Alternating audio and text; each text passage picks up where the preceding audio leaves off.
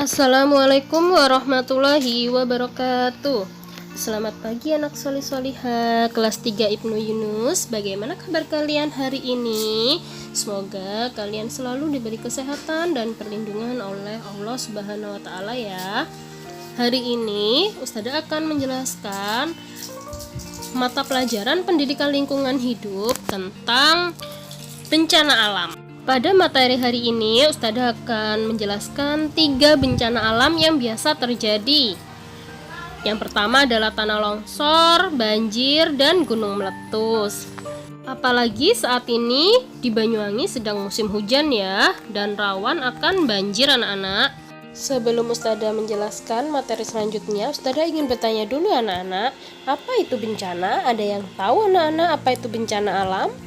Nah, bencana alam adalah serangkaian peristiwa yang disebabkan oleh alam ataupun manusia yang berdampak pada manusia itu sendiri.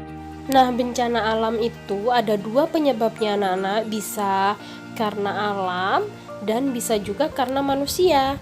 Nah, bencana alam yang disebabkan oleh alam tanpa campur tangan manusia, contohnya bencana alam gunung meletus, tsunami, dan angin topan.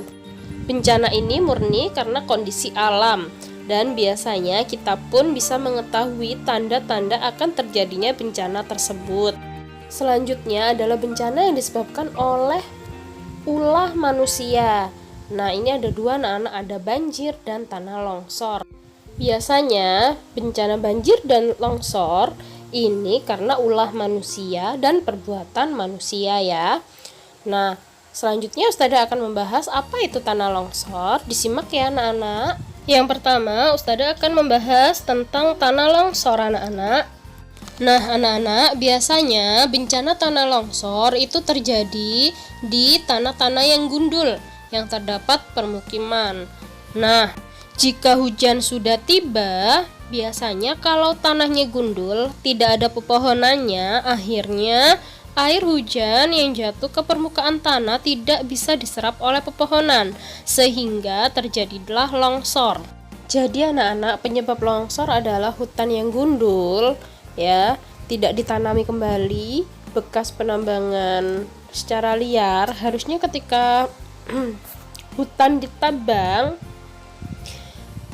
orang yang menebang itu menanam pohon kembali, jadi disebut tebang tanam. Jadi kalau menebangnya 1 pohon, akan menanam juga 1 pohon, seperti itu anak-anak, karena biar ada pembaharuan pohon agar tidak terjadi longsor. Selanjutnya, bencana yang kedua yaitu banjir. Banjir ini merupakan ulah manusia juga ya anak-anak. Banjir adalah meluapnya air sungai karena tidak tertampung, oleh sebab itu airnya mengalir ke darat. Apa saja penyebabnya banjir? Banjir ini salah satu penyebabnya adalah sampah yang dibuang ke sungai, ya. Jadi sebaiknya sampah itu tidak dibuang ke sungai ya anak-anak, karena ketika hujan deras, sampah ini dapat menghambat aliran sungai yang menyebabkan banjir dan meluber ke darat, seperti itu ya. Selain membuang sampah sembarangan, juga dikarenakan tidak ada pepohonan yang dapat menyerap air ke dalam tanah. Akhir-akhir ini juga di Banyuwangi sering sekali terjadi hujan ya anak-anak. Jadi kita harus menjaga lingkungan kita agar tidak terjadi banjir, dan yang utama juga kesehatan kita ya. Selanjutnya adalah bencana gunung meletus. Pasti anak-anak pernah kan mendengar adanya bencana gunung meletus di televisi. Nah, apa sih itu bencana gunung meletus? Gunung meletus adalah peristiwa keluarnya endapan magma dari dalam perut bumi dikarenakan adanya tekan dari dalam tanah. Nah, gunung meletus ini termasuk peristiwa alam yang disebabkan oleh alam. Jadi bukan disebabkan oleh manusia ya anak-anak. Karena memang terjadi tekanan di dalam perut bumi, seperti itu. Biasanya sebelum terjadi bencana gunung meletus ini ada himbauan dan tanda-tandanya anak-anak. Apa saja ya kira-kira tanda-tanda akan terjadinya gunung meletus? Ada yang tahu anak-anak? Ya, yang pertama adalah ada suara gemuruh yang berasal dari gunung tersebut.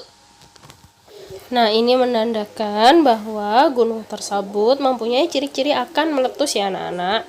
Kemudian 2, hewan menjauhi daerah gunung karena terasa panas. Jadi hewan yang ada di sekitar merasa tidak nyaman. Jadi dia menjauhi pusat gunung yang akan meletus. Kemudian 3, suhu udara menjadi lebih panas dari biasanya ya. Karena magma itu panas yang di dalam perut bumi anak-anak. Kemudian nomor 4, tumbuhan di sekitar menjadi layu karena suhu udaranya panas itu ya anak-anak. Kemudian nomor 5, terjadi gempa ya, terjadi gempa ketika gunung ini mulai menunjukkan tanda-tanda akan meletus ya.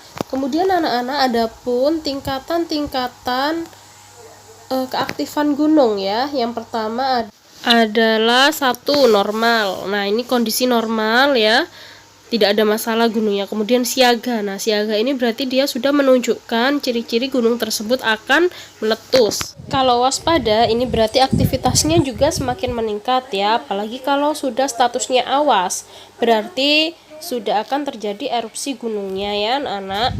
Kemudian penanggulangan dari masing-masing bencana yaitu tanah longsor. Penanggulangannya dengan cara menanami hutan yang gundul seperti yang Ustazah jelaskan tadi di awal, tebang tanam. Jadi menebang juga harus menanam. Yang kedua adalah jangan membuat kebun atau sawah di lahan yang miring. Yang ketiga, hindari membuat rumah di bawah tebing ya, agar ketika terjadi longsor tidak ada korban jiwa maupun korban secara materi. Kemudian untuk penanggulangan banjir, yang pertama adalah membuang sampah pada tempatnya ya, tidak membuang sampah pada sungai. Yang selanjutnya membuat waduk penampungan air supaya ketika hujan airnya tidak sampai meluber ya. Kemudian sungai yang dangkal harus dikeruk.